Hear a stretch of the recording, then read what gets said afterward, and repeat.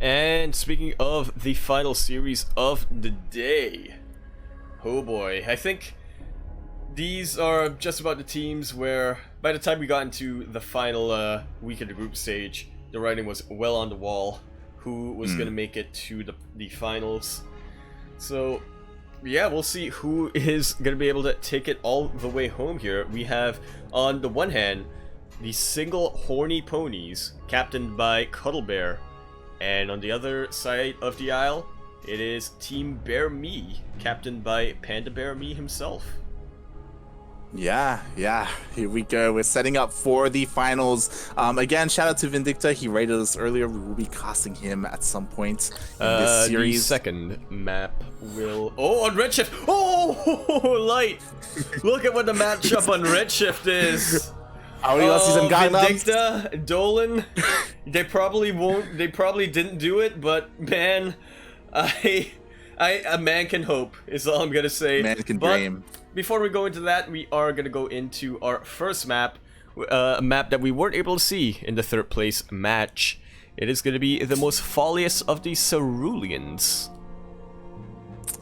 That it is, and it's our first time casting this in so many years. And before we get into this, of course, exclamation mark Matcherino in the chat. It's for the Matcherino page of this tournament. I am pretty sure that all of the codes have been used, but if you want to support it regardless, then you have the option to do so.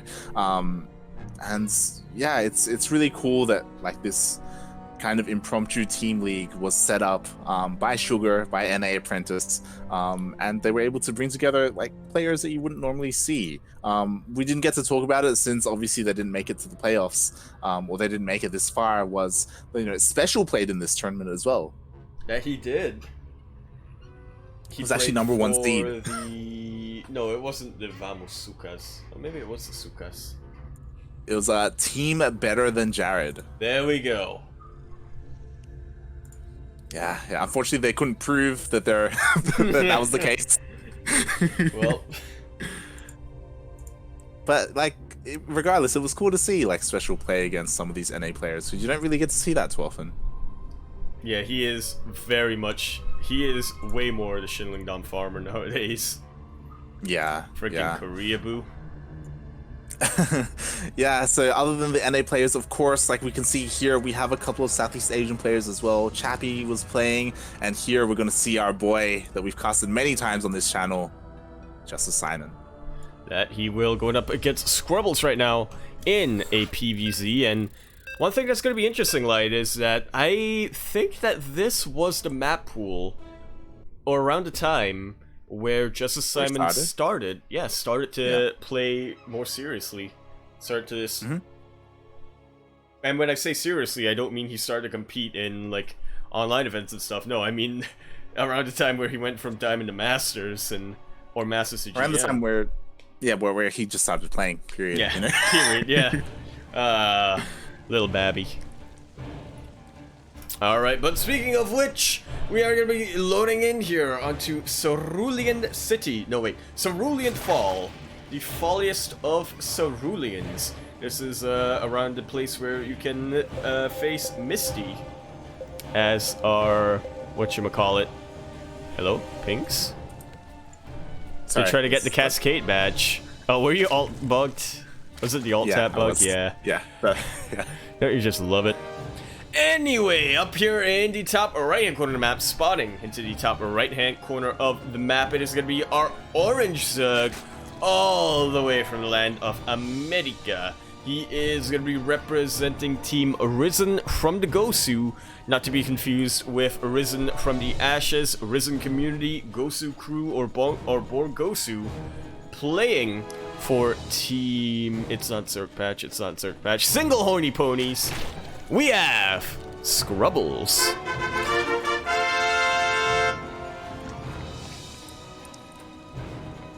And spawning in the bottom left-hand corner of Cerulean Fall LE, we had the Vietnamese Protoss player representing Alpha X, but here, representing Team BearMe, it is Justice Simon.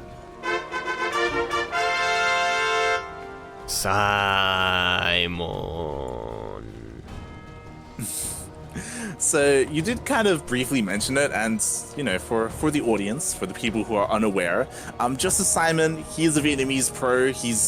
We've seen him progress and rise through the ranks to the point where now he's I would say the second best player in Vietnam, second of course to the big cat himself, Mia, and he's a relatively new player to StarCraft. He was a little bit at a disadvantage earlier on in this tournament because he was playing in maps that he had never seen before. It was, and there were a couple of times where his opponent did take absolute advantage of that fact. Just finding those ancient build orders that actually don't work anymore in this patch, but because of how the maps work, they were hidden long enough that that it completely caught Justice Simon off guard. Yeah, definitely. But now in the finals, I think it's lined up perfectly where Justice Simon, he knows this is the map pool that he kind of grew up on. He's familiar with it. He knows it. So we should see the best of him. At least the best so far in this tournament series. That we will. And speaking of something that's a bit more modern, that is a Twilight Council, as well as a robo facility following it. I have a feeling that you know what this is, Light. Seen this quite a bit in this matchup, quite a bit indeed. To be fair, it could be something else, but I'm guessing that we're going to see some Glaive Adepts with a Warp Prism, but it could always be Blink. Could be Blink. Could be, I guess. But in this case, it is not. There's that orange chick tech coming up here. Scrubbles does get a scout off, and does know that the Twilight Council is researching a something, as well as he did also see the robo facility, so he should have a good idea of what Justice Simon's gonna go for. See how he reacts to this. The Lings, they managed to surround. They managed to get us around the Adept. The Adept is gone. He needs a shield battery. He needs a secondary wall behind this. So far, Justice Simon hasn't reacted with his probes. He needs to make something. There we go. Finally, a gateway is thrown down. All right. Yeah, definitely being very conservative here. Wants to rely more on the body blocking rather than the the Lings are just slip in, but a lot of them were picked off. It is just going to be one scouting Ling coming across here, and just again confirms that Justice Simon isn't going for any sort of fake outs. Is going for that Glaive Adepts. Yeah, that he is. And we'll see how Scrubbles defends against it. Again, we've seen a lot of this opener, especially over the past couple of days. In ESL Open Cup Asia, we saw Zest, Stats, and Trap pull this out. Sorry, not Zest. I don't think we saw Zest do it, because we didn't see a PVZ with him, but we saw this a lot, especially against Solar. We'll see how Scrubbles can hold up against it. Well, yeah, we'll also see how Justice Simon executes that on the other side of that coin here. The Adepts are starting to come in. Things are going to be heating up real quick here. Oh, I like this move. Picking up those Adepts and going straight to the main, because it is a very massive main here. And I gotta tell you, Light, if the idea behind this Glaive Adept build is to just make your opponent split up their army, I think this is probably one of the best maps to do so. Yeah, and something unfortunate there is that Justice Simon was forced to spend some of his warp-ins at home to be able to protect his third base from a Ling run by. So that kind of impedes this pressure that Justice Simon is trying to apply on the other side of the map. So far, only 4 Adepts and this Warp Prism. There haven't been any extra warp-ins. Everything else is at home. He's actually, I think, given up on this, as he is now transitioning into Blink, getting his Immortals out, decent amount of sentries. So I guess he's just going into phase number 2. Soul Train.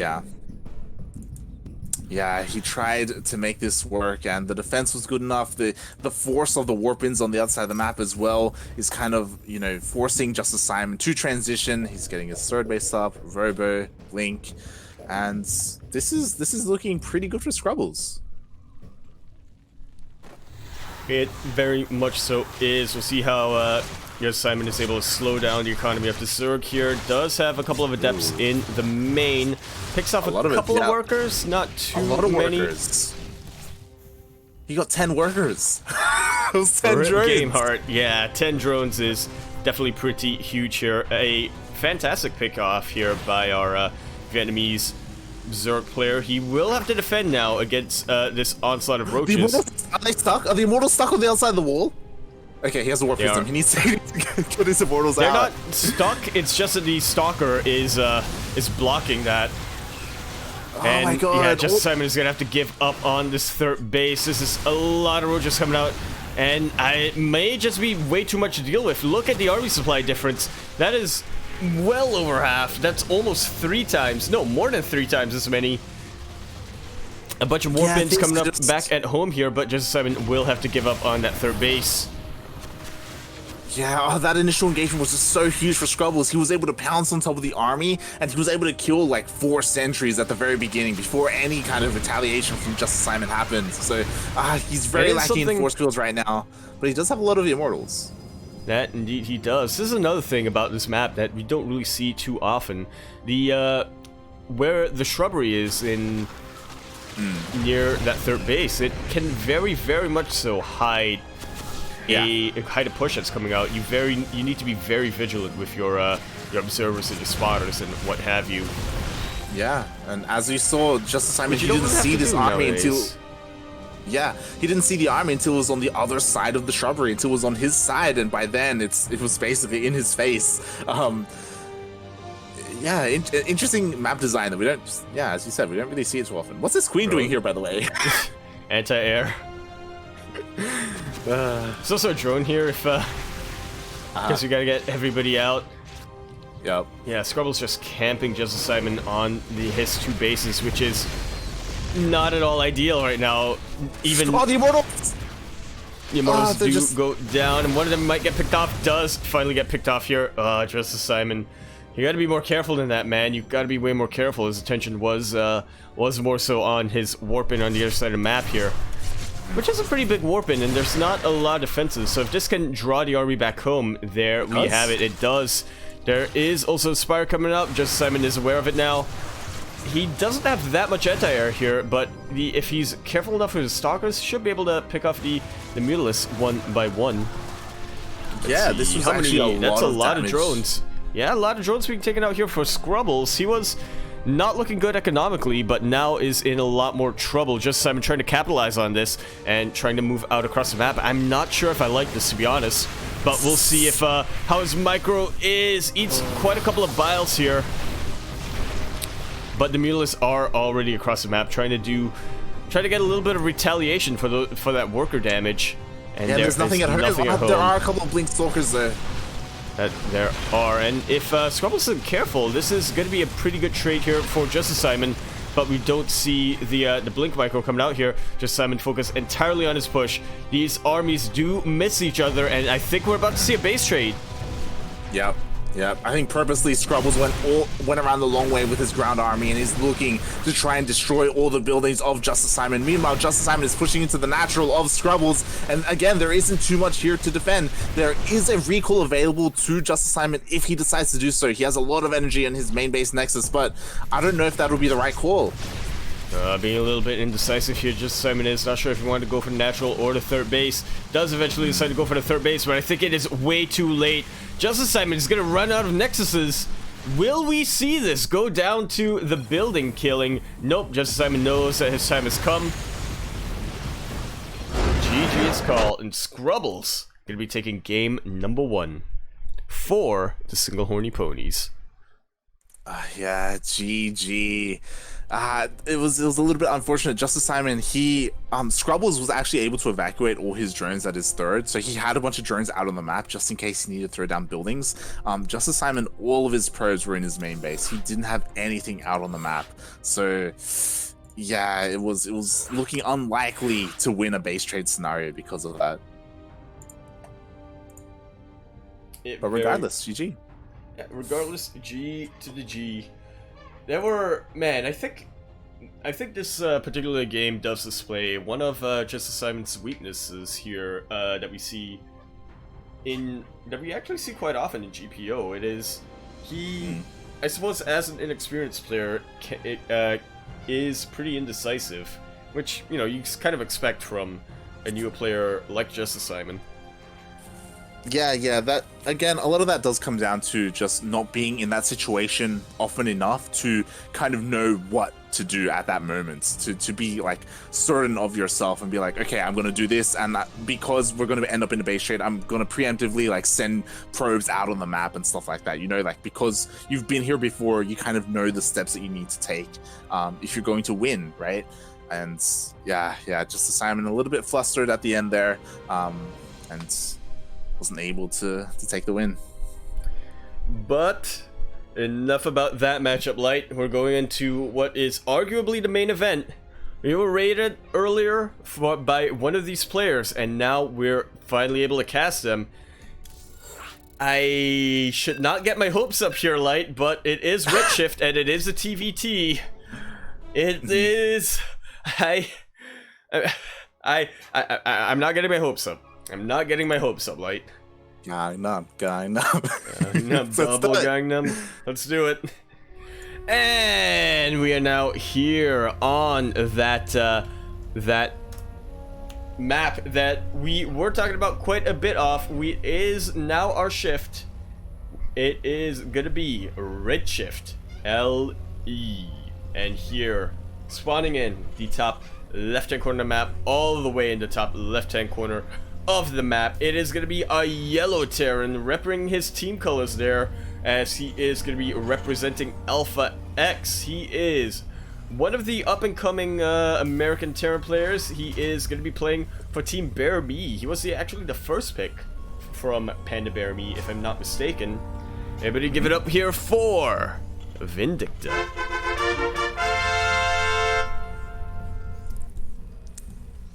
And spawning in the bottom left-hand corner of Redshift LE, we have the American Terran player representing Archangel Gaming, as well as the team of Single-Horny Ponies. We have Dolan.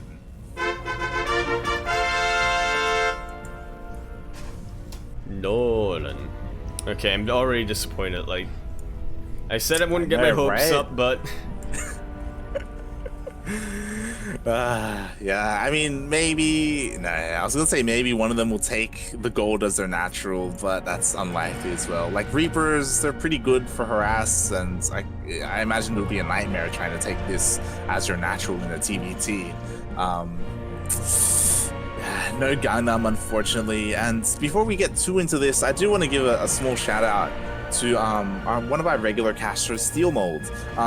It's a bit of a shame. I feel like this would have been the perfect week for Steel Mold to come back and cast, but he has unfortunately been under the weather. He casted the beginning of Spicy League, but unfortunately wasn't able to close it out.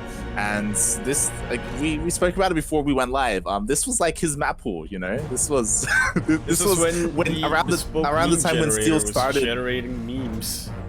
Yeah, this was around the time when Steel actually started casting for the first time.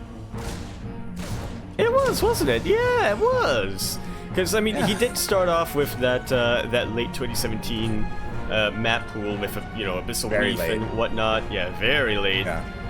But when his golden age, if you will say, or I guess not his golden age, but when he really got his foot in to casting and got a lot more comfortable, shall we say? Yeah, a lot more comfortable behind him or in front of the mic. It was this map pool. Yeah. So again, it's a little bit sad that he isn't here to cast this. I would have loved for him to cast this, but again, he did fall ill, a little bit under the weather, a little bit sick for quite some time. So this is when he would cast SDO, and then a few hours later cast Proxy Tempest, and then a few hours later cast OSC Weekly. Yeah. And every day he was casting something different. Yeah, this was, he was casting. He was a regular caster over on Proxy Tempest. He was casting with Azalus. He was casting with the South African brothers as well. This was a map pool where Terran Lord was. Yeah, I know. So much nostalgia. Such good times. You don't know what you got till it's gone. Exactly. What did you say? Speaking of not knowing what you got till it is gone, Dolan is looking to make sure that Vindicta doesn't have anything. Gonna make sure that Vindicta is completely gone. But we'll see what he can really get done with this. Is it the Chinese build? It is, but with one more Reaper. Vindicta does already have the Cyclone out, so should be able to, you know, should be able to deal with this fairly effectively. Yeah, we'll see though. All the Marines are going to go down.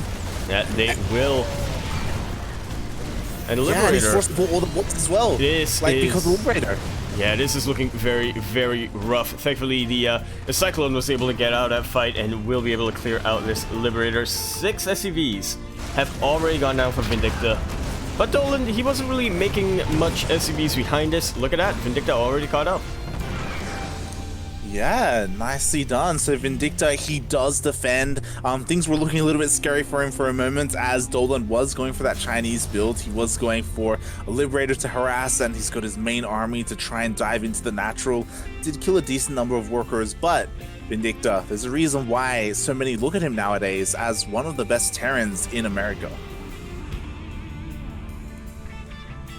And that was the reason. That that whole defense there. We do see Vindicta now going for a bit of a counterattack, which seems a little bit early, but he does have the Raven here to try to get some disables or maybe even an auto turret. I don't think he's looking to end the game with this push, but ideally he want to contain Dolan on at least 2 bases, maybe 3. Which to be honest is a little bit of a tough ask since there is the pocket base, but you know. You can't get them all. Yeah, there's a lot of possibility here. Maybe you could interference matrix to tank and then dive in, or throw down an auto turret to tank shots. Vindicta's being very aggressive here with not much. Well, yeah, we'll see how disables are here. Dolan has enough to disable one thing.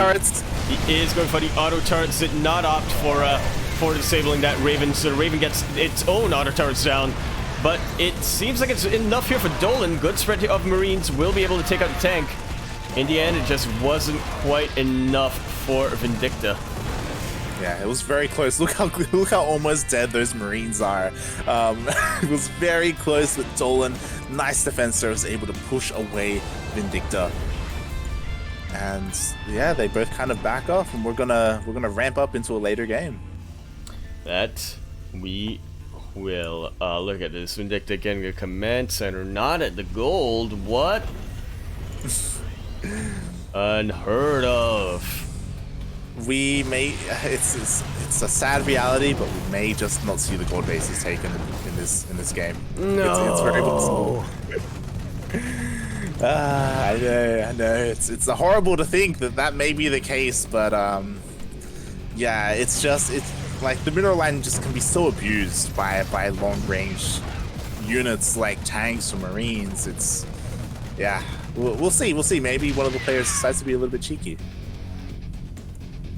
Well, yeah, that is something that we will have to find out. I am a little bit thankful that just based on the production tab, we will be going into what seems to be a marine tank versus marine tank game here. Dolan getting his mineral line a little bit scuffed up here. Serum for Vindicta will not be long for this world. Goodbye. Yeah, one of the Ravens does go down. The second one is still alive though, near the 3rd base location of Dolan. Vindicta, yeah, dealing a fair amount of damage with this auto turret harass. He looks like he's diving in to try and get some more. Ooh, gonna aim for some add-ons actually. Is there enough DPS? Just barely for one, but it's gonna run out of time. There it is.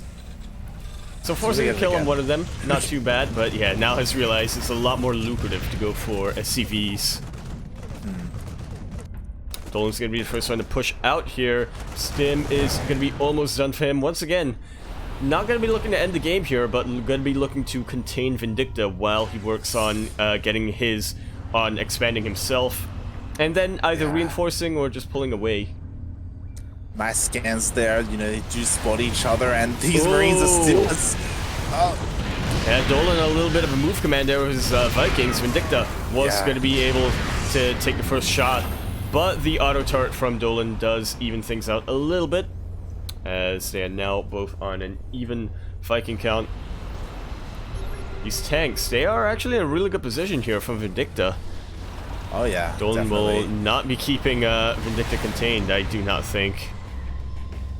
I love how something that comes into play is that earlier attack will affect this a little bit, as a lot of the Marines here are very, very injured for Dolan, as still no medevacs have been made for either player.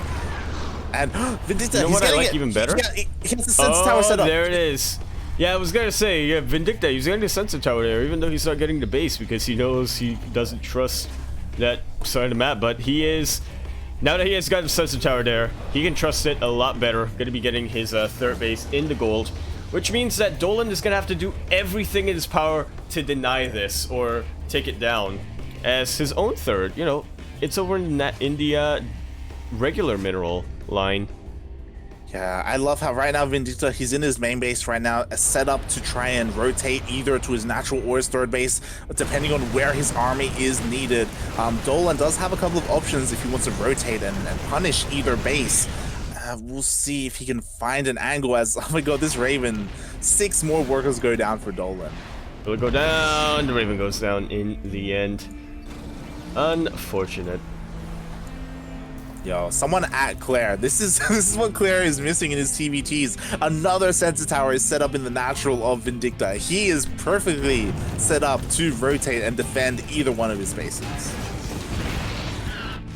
Yeah, Dolan has to make a choice here. There is a little bit of ground here. I kind of feel like I want to say Dolan should doom drop, honestly. It's just not defending. I mean, this patch in the main is just not defending. Yeah, the problem is that there are no medevacs at all. Like, there really aren't. Like, which is a huge surprise when it's Marine tank. When it's Marine tank, you would. Yeah, I understand you don't want to overmake medevacs because you want to be focusing more on getting Vikings out, but you need them. Yeah, Vindicta being the first to actually make medevacs, I should say. And it looks like he may be getting ready for a drop. Yeah, he is loading up all of his medevacs. That is 3 tanks in that drop force and a heck of a lot of Marines. Ooh, the interference matrix on the tanks at the natural. Oh yeah, those were some excellent interference matrices, but they are now out. There is only 1 tank here for Vindicta, so Dolan could actually get a lot done here. Yeah. Vindicta now just going to be turtling up in his main base while trying to get this drop to do something here in Dolan's base. This is going to be a base trade, and to be honest, like, I have to favor Vindicta right now. He has already broken through to the main production hub of Dolan. Yeah. Meanwhile, he's defending his own, and he's got that gold base. Vindicta is so fine here. It's not even funny. Oh my god, no. Dolan, he's coming back home. He's coming back home to try and deal with this when I feel like there was an opportunity there for him to try and deny the gold base for Vindicta. Try to keep the pressure on, but I don't think he was aware that Vindicta went for that third base again. Yeah, he doesn't have vision. Yeah, in his mind, he's just like, well, you know, mission accomplished. I'm gonna turn back. I'm gonna defend what I have, and then we'll get ready for round 2. But I don't see round 2 happening. He's diving up, and the Vikings are trying to deny like the drop escaping, but it looks like there's just too much here. Yeah, this is more than enough tanks here. I really like the focus fire happening from Vindicta. He was focusing entirely on the Marines and then went to face the Vikings. GG is called. Vindicta gonna be evening out the score here, or no, he bringing it up one? No, evening out the score here, as we are now sideways 1-1.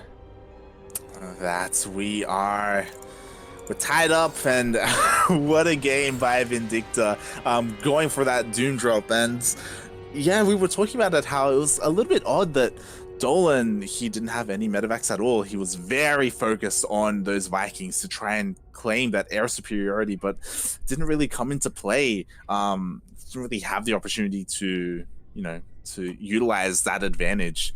And yeah, Vindicta with a solid doom drop. Yeah, replace Vikings with Wraiths, and that looked like a much more brute war TVT.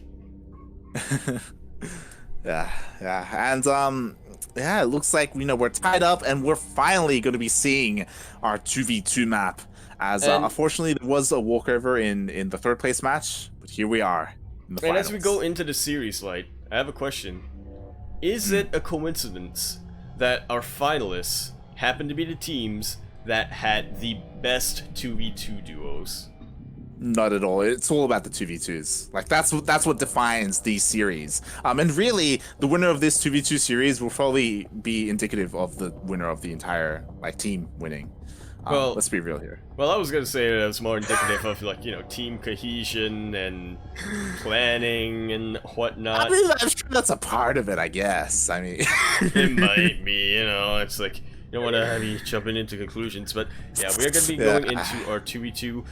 From the Single-Horny Ponies, it's gonna be Disrespect and Melody, two players who play a lot together and do practice on 2v2s in particular. In fact, they are actually the ones who really plan out their builds beforehand, much so than any other 2v2 duo. But on the other side of that, Lightning and Panda BearMe, they are a bit more of reactive players. They much prefer to react to whatever their opponents will be doing, which is not unheard of, not the bad way to go around a 2v2. And again, just two players who have a lot of cohesion together, a lot of chemistry, if you will. So we'll see who's the better Archon. It's kind of like they're two sides of the same coin, where Melody and Disrespect, they have like builds that work well together, build orders even, whereas Lightning and Panda BearMe have good arming compositions that work together. So yeah, it's like two different ways to look at and approach this 2v2 scenario. By the end of the day, it all comes down to teamwork. And speaking of which, I forgot how much, because I haven't been in production for a while, I forgot how much of a pain intros for 2v2s are. Yeah, but it's a nightmare. We are now here on the Emerald City LE, which, fun fact, is still the current 2v2 pool. In the bottom right-hand corner of the map, spawning in the bottom right-hand corner of the map, we have our teal Zerg, as well as our blue Terran. They are going to be playing, one from Icebound Esports and one from Alpha X. They are going to be playing for the Single-Horny Ponies. Give it up for Melody and Disrespect. Oh yeah, no, it doesn't work. I forgot.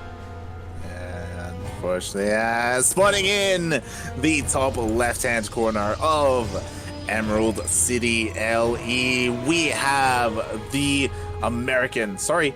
Canadian Protoss player representing Risen from the Gosu, and the American Zerg player Panda BearMe. I said it. God damn it! But we have Panda BearMe and Lightning representing Team BearMe.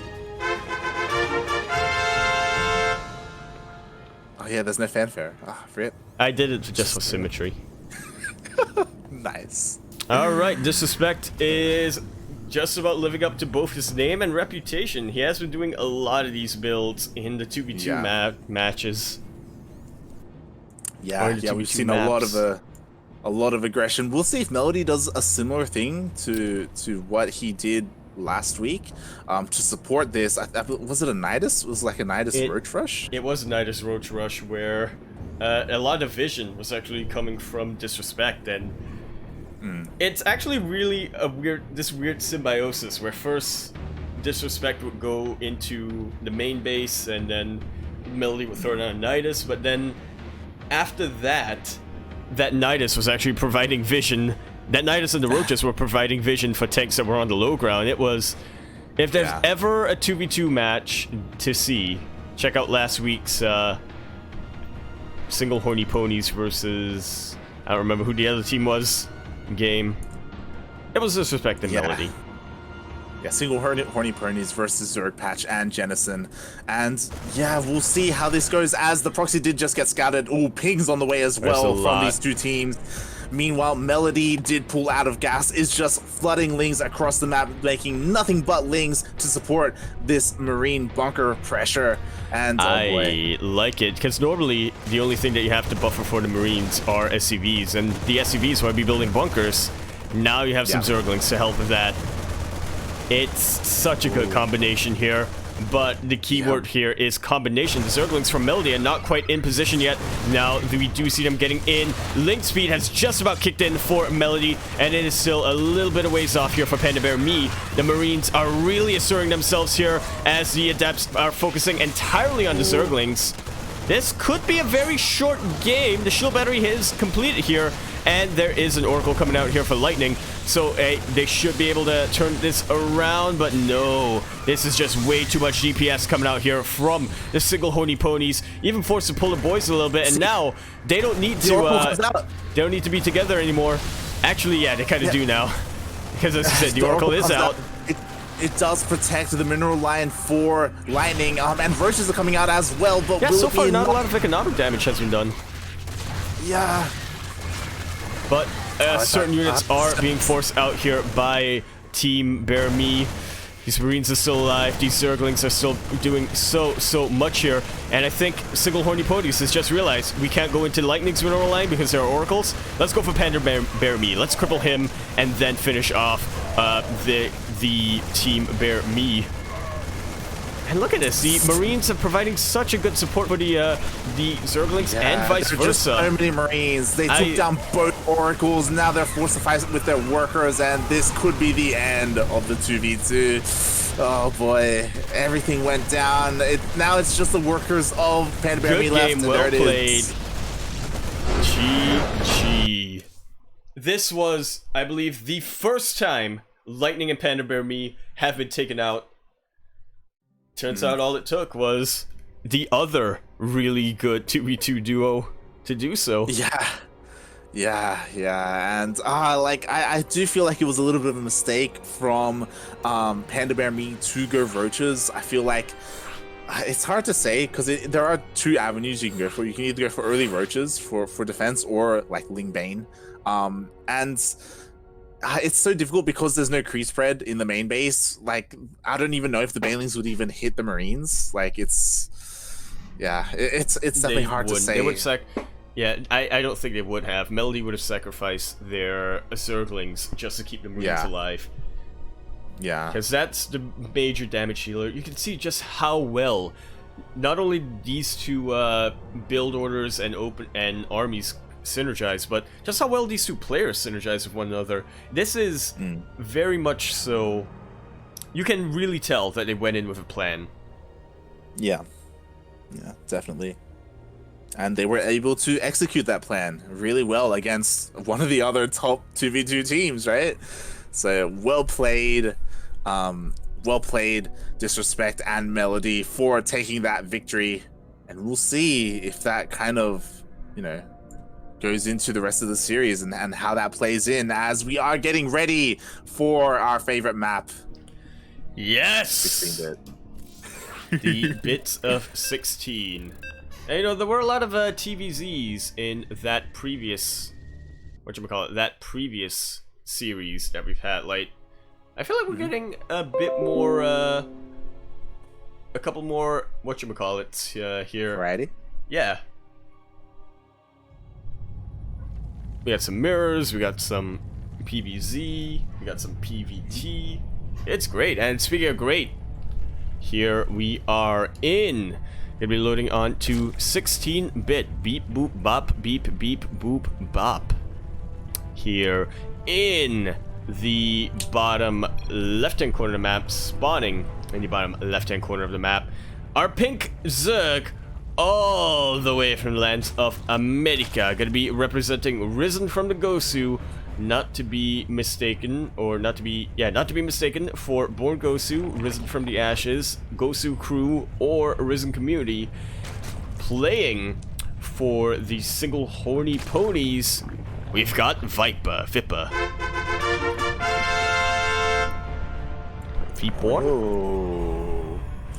And this could be a shorter game, as in the top right-hand corner of 16-bit LE, we have the American Protoss player representing the Oakland Raiders. MSOE Raiders? The Oakland Raiders. As well as Team BearMe. It is Rengen. Region. Going up against a gas pool hatch. Yeah, this could be a pretty short game. What's also interesting is that Viper actually got the pocket base first. That he did, being a little bit greedy there, which you can totally do on this map. I love it. Would you... Well, if you're going for the gas pool hatch, wouldn't you want the more forward hatchery? Well, I suppose it doesn't really matter too much either way. It depends on whether you're going all in or not, and I guess Viper isn't necessarily going all in. I mean, it's like a pretty quick lair. Yeah, exactly. So, okay, so he went for gas pool hatch, right? It means you get an earlier gas. You get earlier gas because of it. Typically, you see early Ling speed and then like a Ling flood or maybe even a Ling Bane bus. Instead, he's opting for a very fast lair. This could mean not Storm Host, Nidus. We could be seeing a Nidus to go into the pocket base of Rengen. That would not be a bad idea at all. And in fact, we do see the Overlord here, and there should be enough dead air for the Overlord not to be chased away here. This is... I am so glad that Nidus wasn't buffed when 16-bit was in the map pool. Yeah, I'm trying to see. So it looks like the drone is getting ready to build whatever he's going for once this lair is finished. And I imagine it's like Nidus, more Lings are being made as well. There it is. We actually did see this a few times, as 16-bit was a very abusable for this style of Nidus play, even before the big buff, but it wasn't something that would... It wasn't the most reliable build, shall we say, at the time. Mm-hmm.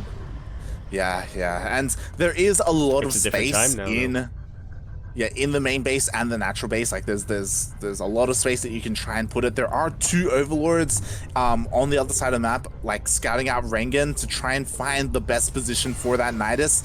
A shield battery is being placed down at the ramp, but the shield battery won't come into play. There it is. Nidus is being placed. There should be 2 coming out here. Yeah, Rengen does see this now, going to be pulling all the boys to try to prevent this from popping out. Stargate is going to be coming out, but let me put it this way. It's a little late, but if it can get an Oracle out, it will help a lot versus Zerglings. Okay, only a couple of Zerglings do come out of that Nidus. Second Nidus being thrown now. Rengen just trying to... Or Viper, rather, trying to pick Rengen apart, but he is not falling for it.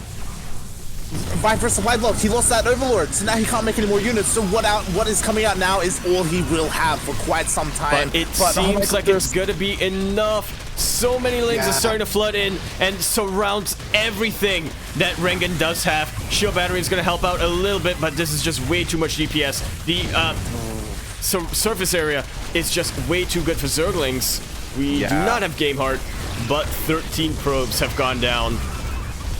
And he powers the Stargate. The Stargate was making an Oracle, and I was about to say that once the Oracle comes out, he can clean up. And the other pylon does depower the gateway as well as the Cyber Core. There's just no production coming out here for Rengen. This is looking to be the beginning of the end here. The shield battery is out of energy, and with that, what can Rengen do other than have really good drone drilling, which even I would say wouldn't be enough. He has decent SimCity. I think he was hoping for a full wall off, but not quite. The Lings do get into the natural. The Oracle does come out though, and it will be able to clean up in the main base, but there are just so many Lings that it may not even matter. The sentry goes down. The sentry goes down. Alright, this should just about be the end of this harass here from Viper, but yeah, it's only a matter of time before... Oh, there he goes. GG is called. Viper gonna be bringing the Single-Horny Ponies up into match point. Wow. Wow, GG. Well played. Viper with the Nidus. It's so unfortunate because the first Nidus was defended so well, but there was that second Nidus, and it took Rengen a little bit too long to realize what was happening, that the commitment was continuing, and the defense just wasn't there for that second Nidus, and there were just way too many Lings. It didn't matter if he was supply blocked, like he had what he needed. That second Nidus, man. If it was just...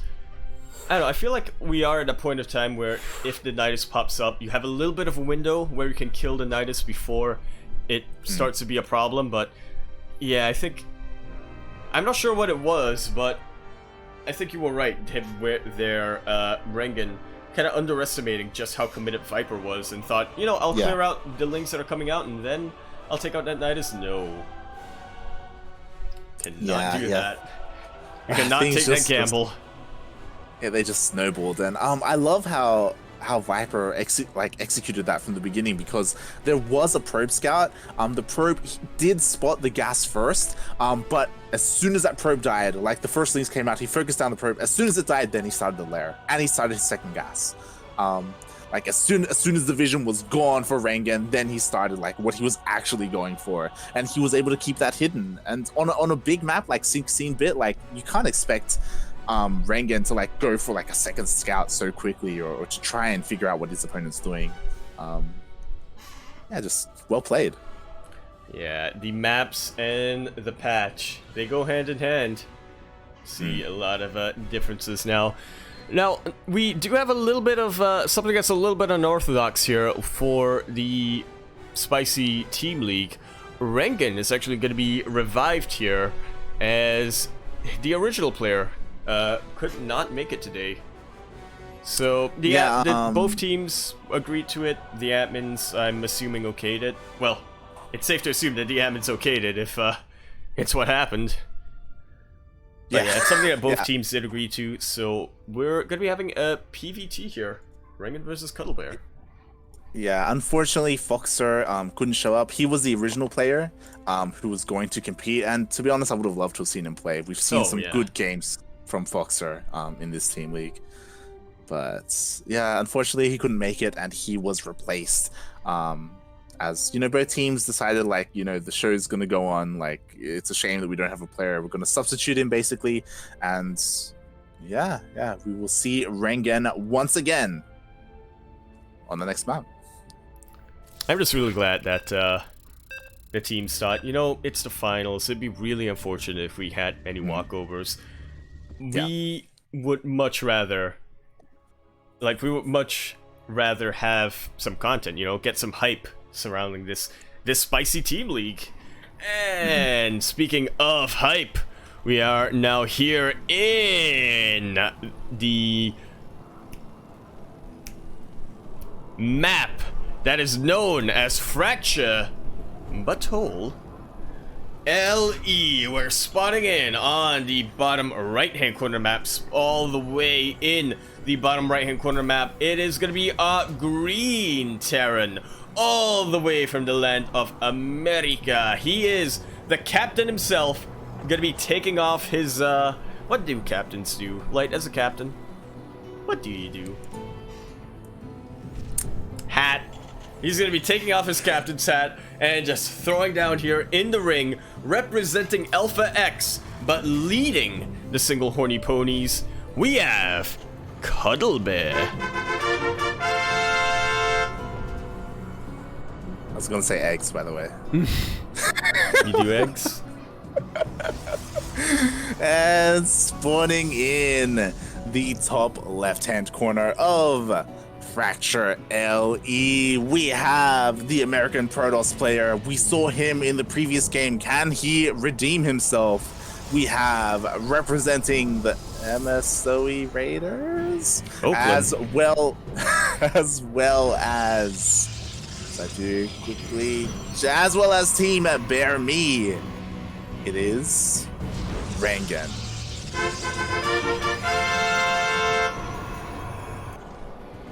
Alright, I like this coming up from Cuddlebear. Just trying to bamboozle Rengen. But Rengen, he was around during the time of this map. So he knows to check for that that third base location for the barracks. Yeah, definitely. So it does get spotted. He does not get bamboozled. He doesn't get tricked by Cuddlebear trying to deceive his opponent into thinking there is a proxy. Which, I mean, there kind of was a proxy. You know, it wasn't. Well, is it really a proxy when it's still on your side of the map? That is the question. Get on it, philosophy people. Yeah, get on it, Mech Monroe. With your with your doctrines. Your doctrines. God damn. It's honestly, it's a little bit of a shame that we didn't get some bear on bear action. We didn't get Panda Bear Me versus Cuddle Bear. That's kind of what I wanted. Captain Bear versus Captain Bear. Yeah. when really at the end of the day, everyone wants to see some bear on bear action. But instead, here we have Rengen, holding that banner for his team. And yeah, you wouldn't want the Panda BearMe to play 3 times a day, I guess. yeah, it would be a little bit much, even if it was for the memes. Yep. You gotta get over your disappointments, but I gotta tell you, like, it's easy to get over your disappointment when you're on Fracture, because I think you mentioned it on Blood Boil, but for me, out of all of the ice maps, Fracture aesthetically is my favorite. Yeah, it's it's I just hard like for me that. to remember. I don't know. Look at this wind. Yeah, there's some Particle nice effects. wind. Unfortunately, unlike Blood Boil, there isn't snow on the buildings, so it doesn't have that going for it. Yeah, you're right. Yeah, it makes it a bit tougher. Yeah, which is something kind of a little bit unique to Blood Boil. For whatever reason, it wasn't a common thing. I guess it required more performance out of like players' PCs to do that. Yeah, it's understandable, but yeah. Let's play on low settings for it. Yeah, just playing low settings. Okay, Cuddle Bear. I like this. Once that fusion core gets scouted, immediately cancels it. Oh, okay. So Rengen again, he's kind of Cuddle Bear. He's all about the deception today. He's like, you know what? I'm gonna proxy. I'm gonna make the racks outside my base. I'm gonna cancel the fusion core. And we'll see what Rengen ends up doing on the other side of the map. As it does look like Cuddle Bear tried to mine his way into the natural, but didn't quite get in. Yeah. For now, Cuddle Bear is gonna have to focus a lot on defense. The Robo facility from Rengen is only now going to be completed, so it's going to be a little while before you can get either an Observer or Warp Prism. But Blink is about to complete, and you definitely want to have things in position when you're facing an aggressive Blink build like this as a Terran player. There is already a tank here on the high ground, so nicely done. It is not going to cover all of this base, though. In fact, I think Cuddle Bear might, if he's not careful, he's going to have to lift up his natural and float it back into the main. Yeah, the tank, it isn't really there to shell on those stalkers, but nice. The boys working overtime there. They deserve another union. They deserve some gold minerals. What's going on here, Cuddle Bear? Like, how you treating your workers? As Rengen, he's moving across the map with more of his stalkers, with his Warp Prism as well. Okay, so it's not going to be that sneaky observer cut style, which, to be fair, I think Cuddle Bear has already sussed this out. There is already a Raven here to try to get that. So I'm liking the Warp Prism a little bit more. It's definitely it's tougher than an observer for one, and when you want your reinforcements, it's fairly easy. But if he does try to warp in, it is a little bit out of position here. The Stalkers did manage to take out the Warp Prism did go down. I really like it from Cuddle Bear, focusing everything on it. And now Cuddle Bear's honestly pretty safe. There isn't a way for Rengen to blink up on top of the high ground. There's already a bunker here on the low ground. It's already filled up.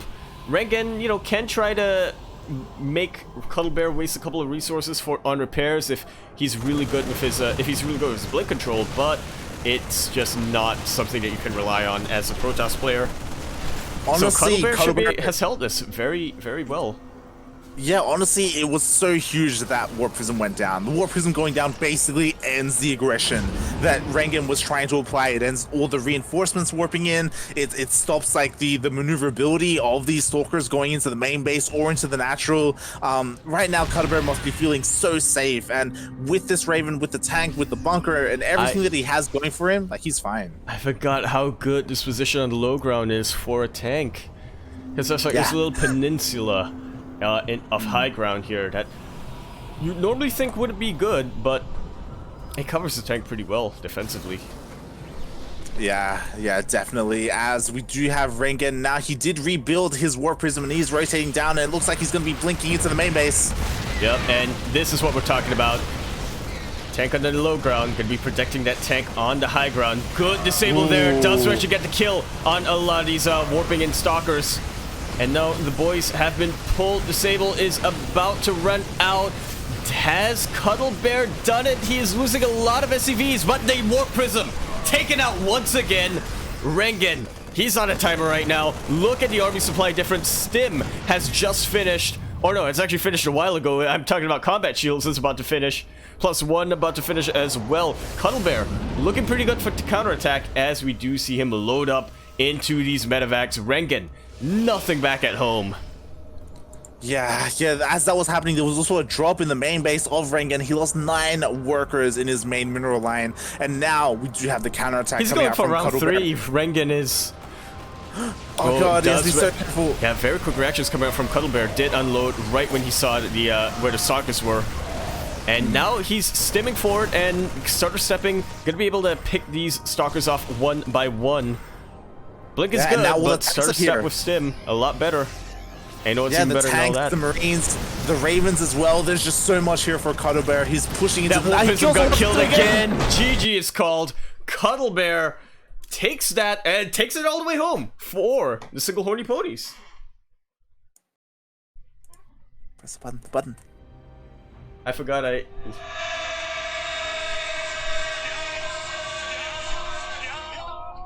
forgot I had my volume on to low because I was using my Twitch app for chat. GG, well played. Cuddle Bear, the Warp Prism sniper, 3 times in that game he was able to catch it. Jesus Christ. Yeah, Cuddle Bear. Target acquired, pretty much. That was... Yeah. he's living the dream right now. Every Terran player wants to be Cuddle Bear in the TVP. You want to just be that dominant when it comes to taking out War Prisms. Oh my god. Yeah, I do appreciate Rengen trying to bring back the nostalgia, you know. Old maps, gonna be having the older strategies that was used at around the time that Fracture was in the map pool. Although, funnily enough, Blink Stalkers weren't that common in Fracture. I think they were more common on the other maps in PvT. Yeah. I mean, those were times where it was a more common build in general. We still see it nowadays. As we did see it quite recently. Not too many spoilers there, but we have seen it, especially in Korean StarCraft. And yeah, just wow, so well played there by Cuddle Bear, and he's able to take it home for his team. That he does. Single-Horny Ponies is going to be your Spicy League 2 champion. Although, we do have one more series that was played out here. We won't be getting the ace match. Let me tell you that. But we do have that 6th game out. Gonna be utilizing the revives, because players, they just thought, you know what? Why not? Let's just play it out. Well, it's not really a revive, but what was it called? The 6th match where you can utilize any player, you know? You know what I'm talking about? Yeah, so they did play out the final game regardless, even though the winner has been decided, just because, you know, why not, right? They have the players available to them. Let's just play it out. So we will see if the captain for Team BearMe is able to reclaim a little bit of his honor there, and take one home. Yeah, he already dropped a map. Well, him and his teammate have dropped a map so far. So it's just a little bit of pride, some captain's honor here. Panda BearMe gonna be up facing Scrubbles in a CVZ. No hot bear on bear action, unfortunately, but you know. Unfortunate. God damn it. Is this the first ZVZ we've casted today? It is, funnily enough. Ooh, I feel like NA StarCraft has a bit of a reputation with it, right? Well, I say that, but it's more of NA plus Central America. But, speaking of reputations, here we are in the Port Alexander, where the BCs are parked. We are here in the bottom right-hand corner map, spawning in the bottom right-hand corner of the map. It is going to be orange. This is all the way from the land of America. He was fielded first, and now he's gonna be fielded last. We have, representing Risen from the Gosu, not to be confused with Gosu Crew, Born Gosu, Risen from the Ashes, or Risen Community. It is Scrubbless. Scrubbles. And spawning in the top left-hand corner of Port Alexander LE, we have the American Zerg player, currently representing his own team, actually, as he is the team captain himself for Team BearMe. It is Panda BearMe.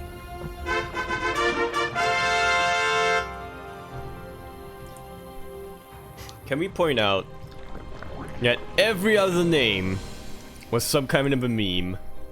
But when we came to Panda BearMe's team, he thought, you know what? Team BearMe, since it's already a clan. Yep. The most generic of names, as everyone else went for some kind of meme. He's just like, you know what? It's just my team. It's just my team. it's just me, man. This is what it is. Something interesting that I don't know if too many people know about, but I find it odd, and I feel like there's a story behind it, and I just don't know it. But for whatever reason, Panda BearMe is like really close to the oceanic scene. Yeah. Yeah, I don't know why. I don't know why. He just is.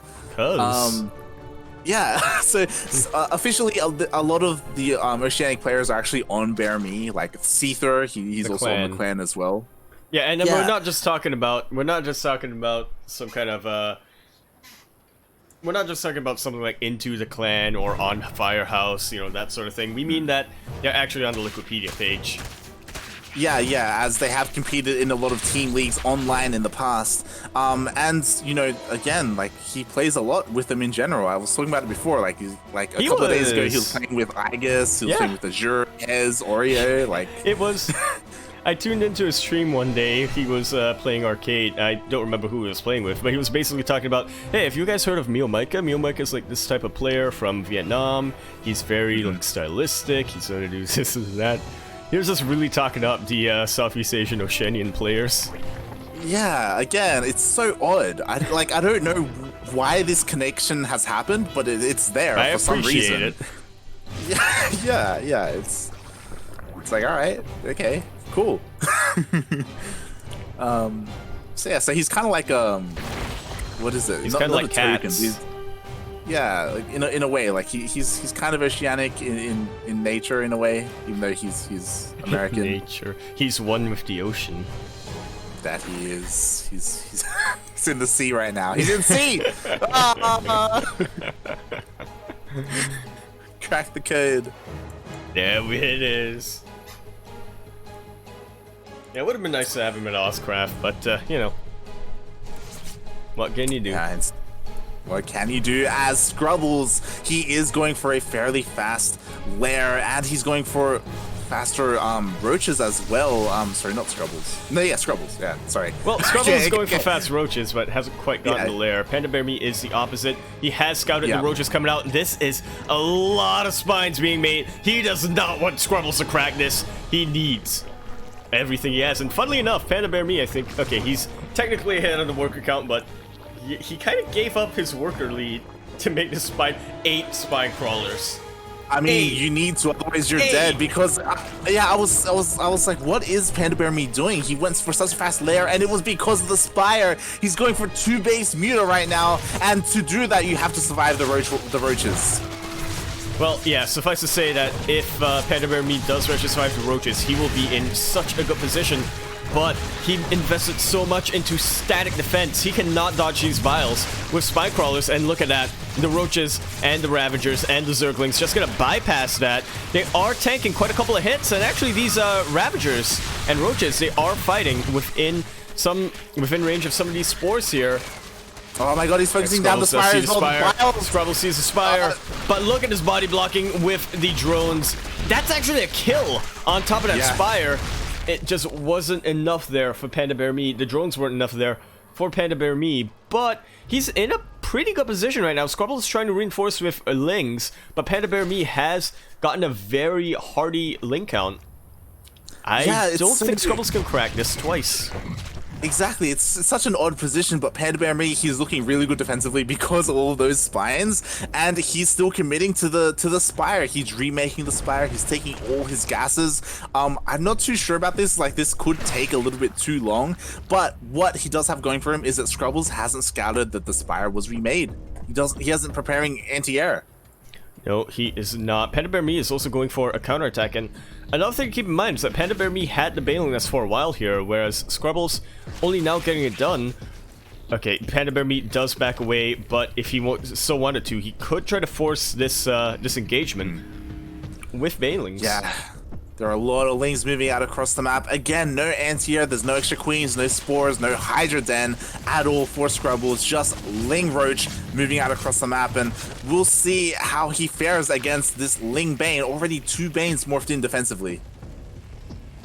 Yeah, and a lot more on the way here. Scrubbles making a couple of Banelings of his own, just trying to win the army fight and then deal with Static D separately, but it's not really working out. Oof. Ow, oof, ow, eat my bones. That's a lot of Zerglings that have been taken out there from Scrubbles.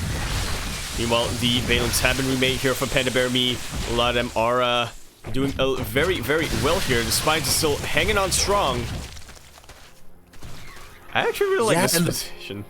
The Baneling hits were just so good for Panda Bear Me, and now Panda Bear Me, he has held the attack, and the mutas are coming out. That they are, and Scrubbles just doesn't have anything to defend against this. He's got 2 queens in his natural, 1 queen back at home. Exactly. Yeah. It could just didn't scout it. That he did not. It could very well just be GG.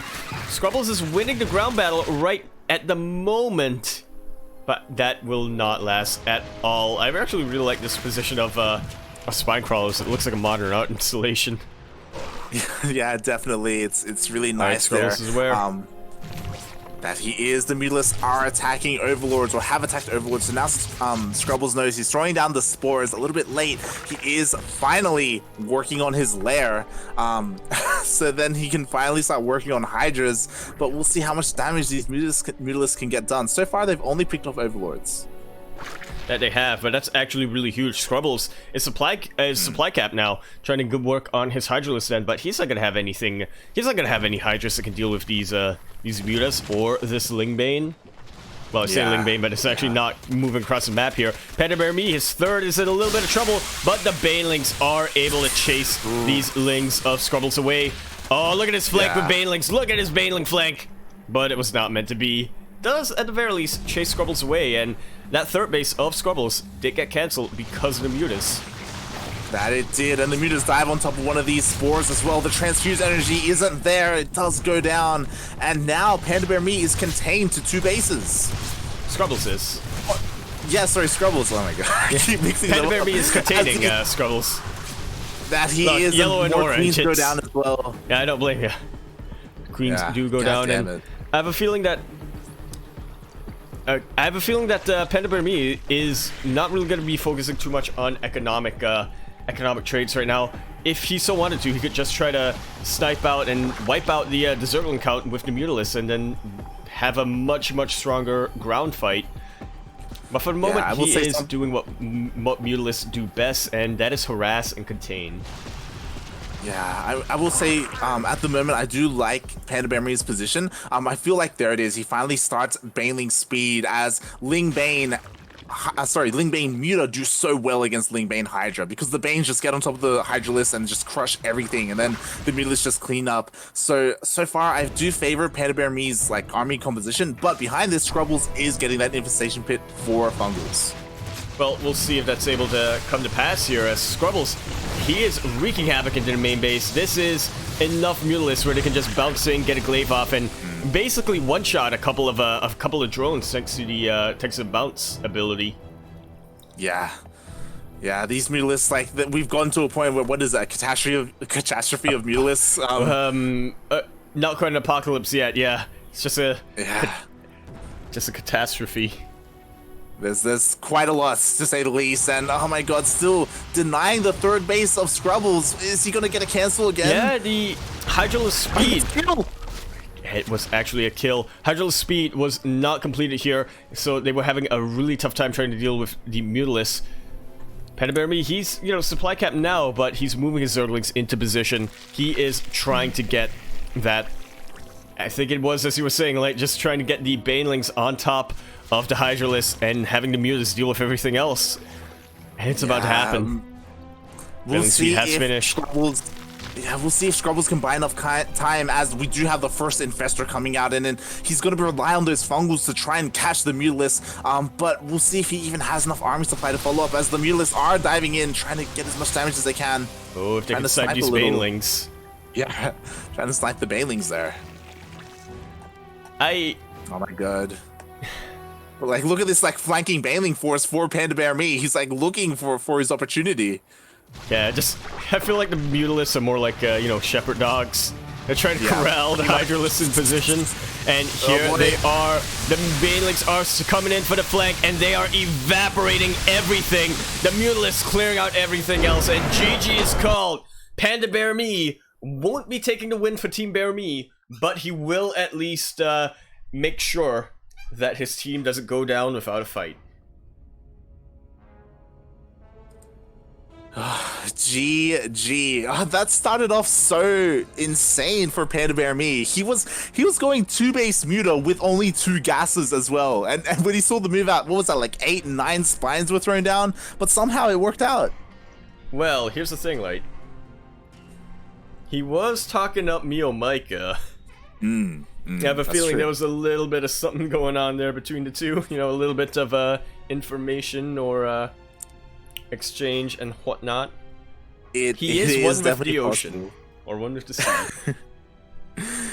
He is one with the sea, and GG, well played. Unfortunately, Team BearMe still does not quite win the series, but Captain himself does, you know, redeem himself a little bit in winning that game.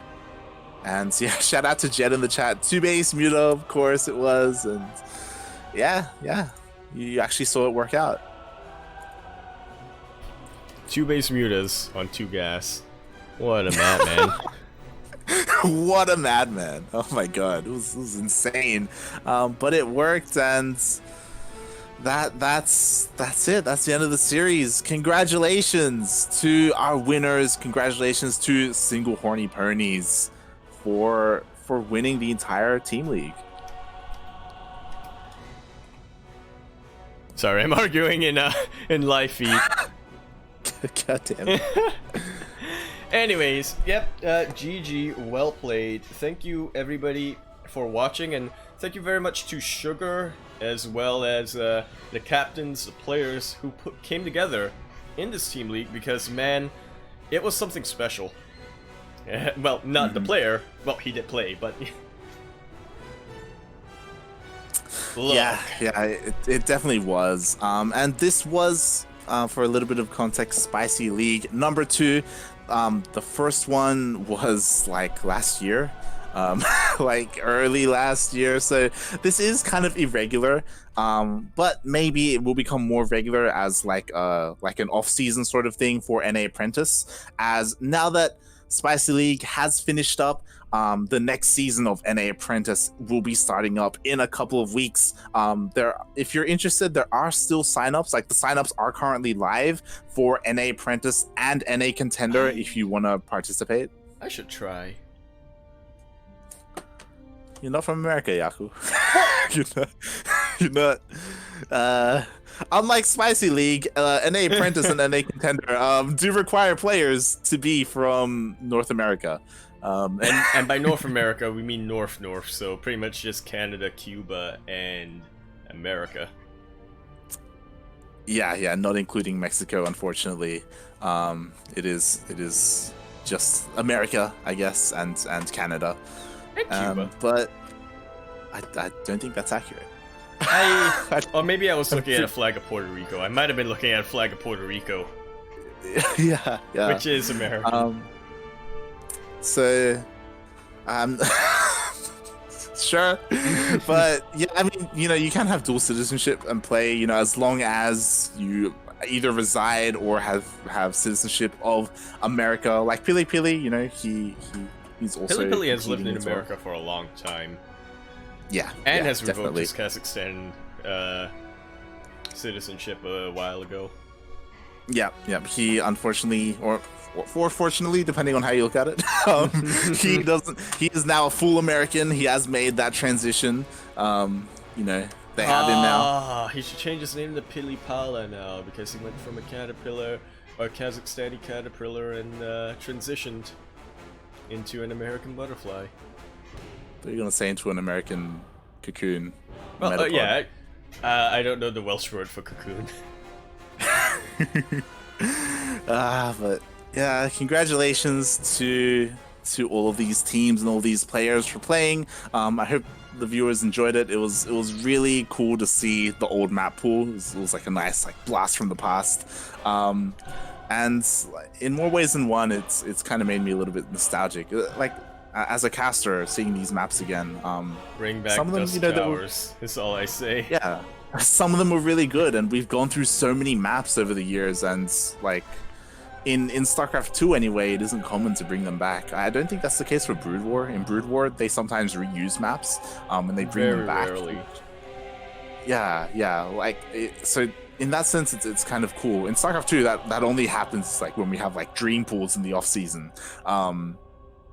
Would be cool to see this an adaptation, like an updated version of 16-bit or something like that.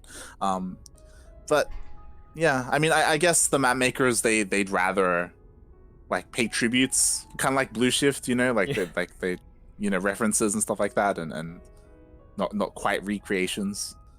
I say that, but haven't there been 5 different versions of Catalyst? There have been 5 different versions of Catalyst. There have been about 10 different versions of Cloud Kingdom. In fact, currently Eternal Empire is the newest Cloud Kingdom-esque map. Mm-hmm. Yeah. Yeah, damn it. But yeah, it was really interesting to see again.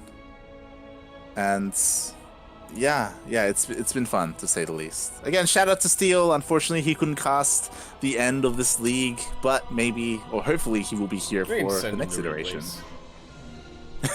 Yeah. All right, so before we head out, Yaku, do you have any closing words? Do you have anything to say about your time casting this?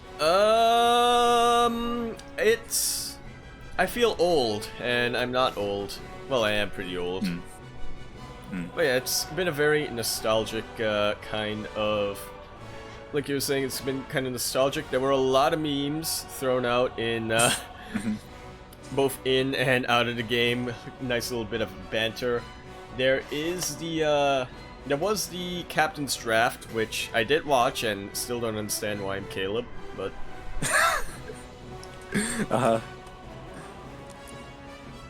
Yeah, if people want to tune into that, it's kind of late now, but on Sugar's Twitch channel, there is the Captain's Draft of all the teams that happened. And it was amazing, to say the least. Special was there, all the team captains were there, a bunch of the players were there as well.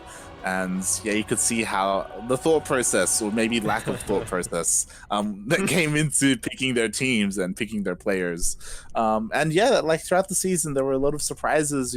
Special, he was the #1 seed, but in a Pro League format team league, that doesn't necessarily mean that you're a shoo-in for the playoffs. As yeah, you need at least team 2. didn't make it. Ideally 3. Ideally, your whole team is solid. Really, 7? It all came down to the 2v2 at the end of the day. Let's be real here. It did. I mean, well, funnily enough, 2v2s are definitely an indication of cohesion between the two players. And I don't want to say that it extends to the rest of the team, but it can at least inspire the rest of the team. Yeah, definitely. I have a question for you, actually, because it's cool that we have a 2v2 again in the team league. It's been a long time since we've had that. I feel like the last time was StarCraft Clan Wars that we've had 2v2s. But something that's been happening a lot recently, I don't know if you've been tuning into them. I have. It's been amazing to see. I catch them on and off, if you're talking about what I'm thinking of.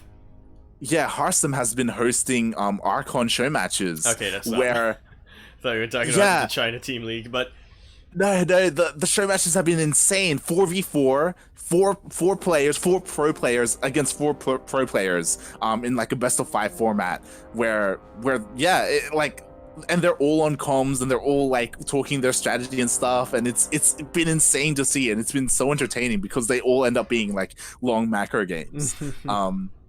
That's been happening a lot recently, and maybe we will see more of that. Harston was on the Pylon show recently, and he was talking about how he, like, the players themselves, the European players, they really enjoy it. It's kind of like their version of Dota that they play together, like 4v4 or 5v5. No, sorry, 4v4 Archon mode. And yeah, he sees a lot of potential in it, and he's going to try and run more and more show matches. And it's possible that we'll see some of that. I know I definitely want to message Sugar about it in the next iteration of Spicy League, where instead of, maybe there's a 2v2, but there's also like an Archon mode where like you've got like the whole team versus the whole team versus like, all like, 4v4, like whole team versus whole team. Oh maybe? Yeah, you can have it like, you can have a 4v4 that's like that, yeah, with locked alliances, or an FFA but with locked alliances.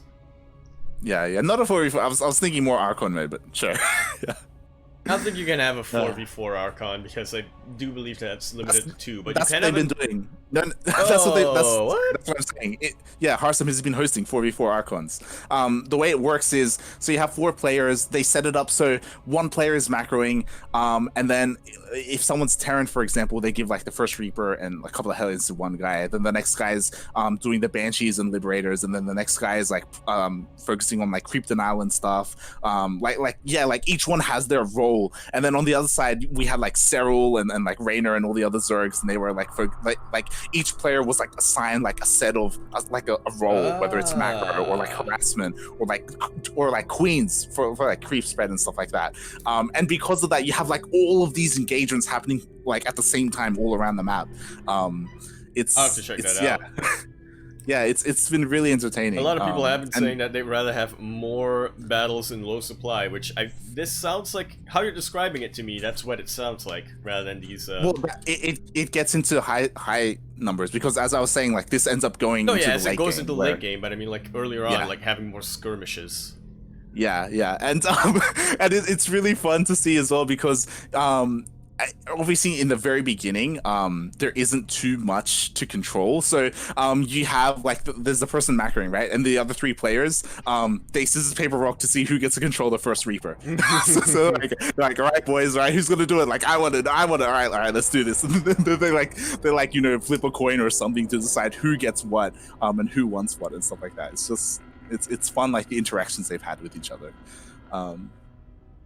Yeah, maybe that can be incorporated in Spicy League, because there's been a lot of hype surrounding it. Well, yeah, that would definitely be something to see. If you have any ideas for any meme ideas or any suggestions, you may direct them to Sugar, or I guess you can direct them to Light, and then Light will bring them to Sugar. Yeah. We'll see what we can get done. Again, it will be some time, as this is what they do in the off season of NA Apprentice. But once we get there, we'll see how things change up. And yeah, Yaku, who are you to these people? Do you wanna let them know where they can find you? To these people, that's a question that you want to be asking them. So right? It's like, or how do I see myself, my role to these people? Where can people find you, Yaku? Twitch.tv/Yakuzaku1, Twitter.com @EmporiaYakuzaku, !Discord. That will bring you to the CranKy Ducklings Discord server, and you can find me in the DMs. There will be a little bit of a break where because we're still waiting for NA Apprentice to be finished up, so I'm gonna have Thursdays free, so I'll see about making that my streaming day, but no promises. And other than that, buy my shirts. Let me find you, Light. Yeah, Light_VIP on Twitch and Twitter. You can follow me there, as I do stream occasionally. I do ladder, I do sometimes play other games as well, but Terraria. More importantly, Terraria, a little bit of Terraria with a new update. But more importantly, you can tune in or do follow this CranKy Ducklings Twitch channel, as we are live 6 days a week with 7 broadcasts. Actually, next week we're going to be live with 8 broadcasts. Yeah. You don't have to worry about it. It is more NA focused. But yeah, we got a lot of casting. We just have all kinds of StarCraft, whether it's NA focused or Korean focused, Southeast Asian. We have a little bit for everyone. We have amateur. Yeah, speaking of which, you know, this Friday is our next broadcast in 2 days, or tomorrow, sorry, I should say, is Master Swan Open number 35, which is our amateur tournament that we host for players between the ranks of Bronze and 4.9k MMR. That's basically Bronze and Masters 2 players. So yeah, you can tune into that, or if you want to play in it, !MSO in the chat for the sign up link, as that's like our big amateur tournament that we host every week, or every second week, I should say. And yeah, I think that's it for us for today. Thanks everyone for watching, guys. I hope you enjoyed the team league, and yeah, we'll see you tomorrow. Bye. And I'm gonna be myself and then. Yep. Stay tuned for the raid.